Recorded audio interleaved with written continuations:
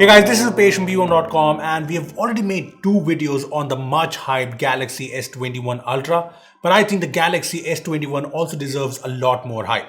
Well, this is the Galaxy S21, not the Plus variant, not the Ultra, just the S21, and I think this is a very good flagship phone. Why do I think that? Let me tell you all about it. So here's what I think. I feel there are three things about the Galaxy S21 that make it my favorite S21 of three variants. First up, the color options. Second, the size. And third, the fact that it has most of the important features from the S21 Plus and S21 Ultra. So taking it one by one, the colors. Now, I've always been someone who likes bold, fancy colors on phones, and the Galaxy S21 comes in some really cool colors. So I have the Galaxy S21 Phantom Violet here, which looks really striking. It has the golden frame that carries over the camera bump, which by the way is a lot smaller when compared to the humongous bump on the S21 Ultra. And it also has the nice matte finish violet that just looks really cool to me. Now there's also the Phantom Black variant, which is like the Batman phone because it's black and minimal, and I think it looks really classy. Now we also have the Phantom Silver variant, which I haven't unboxed yet because I wanted to unbox it in front of you guys. So this is the box, let me just open it. So this is it, this is the phone right here, and there's quite a few stickers, and yeah, removing them is a lot of fun.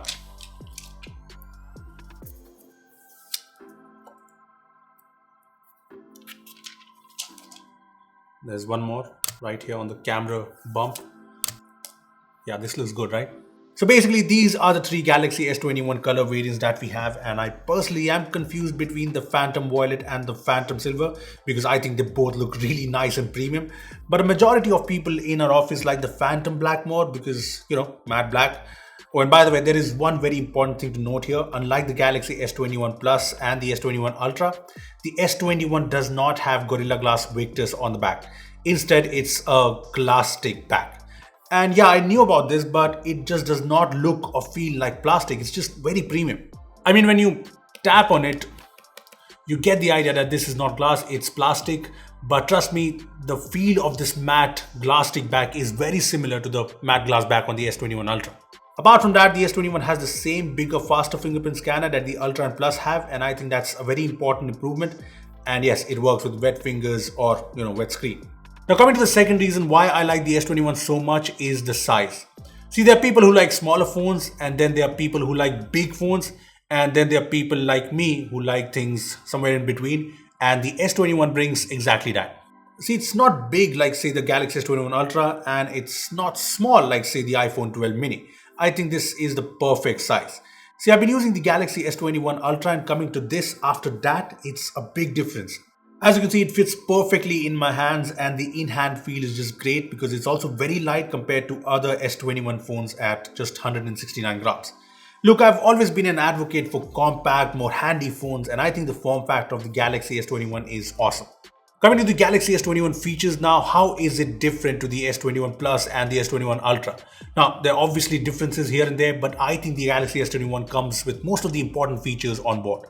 First up, here's the display that you get. It's 6.2 inches of dynamic AMOLED with the adaptive 120Hz refresh rate, and there's Gorilla Glass Victus here, but the resolution is FHD Plus like the S21 Plus. Also, this is a traditional AMOLED panel that does not go as low as 10Hz like the new LTPO panel on the Ultra, but this is still a great display. I mean, it looks really good, and it has 1300 nits of peak brightness, and even though the Ultra display is slightly superior, this is still a flagship AMOLED panel. Now one more thing, this is a flat display, which I know a lot of you guys prefer, so that's good too. Anyway, when it comes to camera, the Galaxy S21 comes with the same camera setup as that of the Galaxy S20 from last year. A 12 megapixel main camera, the 64 megapixel telephoto lens, and a 12 megapixel ultra wide angle lens. Now this is not really a bad thing because Samsung has improved things with the software. Here are some photos we have taken from the S21, and some of these photos are actually very good. The details and colors are very good in good light, and I did notice a bit of oversaturation at times, but I don't think it's a big deal. I also noticed improved low light performance, and yeah, there's auto night mode, so the photos turn out really sharp and nice. And it's not just the main camera, the ultra wide angle camera seems pretty good too. The color tone is maintained, then the dynamic range is very good. I mean, some of these ultra wide angle shots are really good, right? There's also a telephoto lens capable of 3x hybrid zoom, and it's decent. There's no 100x zoom or 10x optical zoom like the Ultra, but the zoomed in shots look good enough. On the video front, there's 8K support, and here's an 8K video I shot from the phone. Now, apart from 8K video, there's also the 8K video snap feature that lets you capture high quality photos from an 8K video, and yeah, it looks very detailed and nice. Now, apart from that, I like that most Ultra features are present here too. There's director's view that lets you use all 4 cameras at once, and I think this is a really cool feature by Samsung. Now, one difference I did notice in the S21 is that 4K 60fps is available on the main camera, the telephoto lens, and the front camera, but not on the ultra wide angle lens. Now, moving on to the chipset, it's obviously the new 5nm Exynos 2100 chipset with lots of RAM and storage. And having used the S21 Ultra as my daily driver, I'm fairly positive about its performance on the S21 here, especially since so far the phone feels really smooth and fast. But yeah, disclaimer, I'm yet to extensively test this phone. As for the benchmark scores, the S21 fares similar to the S21 Ultra, which is kind of expected. On the battery front, the S21 has a 4000 mAh battery, and yeah, it's smaller compared to the Plus and the Ultra, but I think it should be fine considering the smaller display, FHD Plus, and the new 5nm chipset. Oh, and there's no charger in the box if you did not guess that already. Lastly, it has all the other flagship features like the IP68 rating, fast wireless charging, reverse wireless charging, stereo speakers, and yeah, just to let you know, it has no micro SD slot.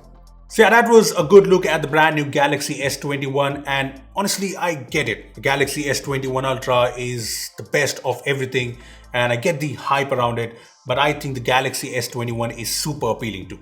See, the Galaxy S21 looks really nice and premium. The size is perfect, the cameras and performance seem high-end, so what's not to like really? Plus, it has the lower price tag going with it, and if you pre-book the S21 right now, there are no-cost EMI offers, instant cashback of 10,000 rupees with HDFC cards, up to 10,000 rupees on exchange, additional 2,000 off with Samsung Shop, and 4 months of free YouTube Premium. Yep, that's a lot of offers. Look, personally, I really feel that the Galaxy S21 is a very solid flagship phone. And like I said at the start, this phone deserves a lot more hype, lot more attention than it's getting right now. Well, what do you guys think of the Galaxy S21? These really cool colors? Tell us in the comment section below. Also, give this video a like if you enjoyed it. Make sure to share it with your friends and subscribe to our channel for more amazing tech videos. Well, that's me signing off. Thanks for watching, and I will see you in the next one.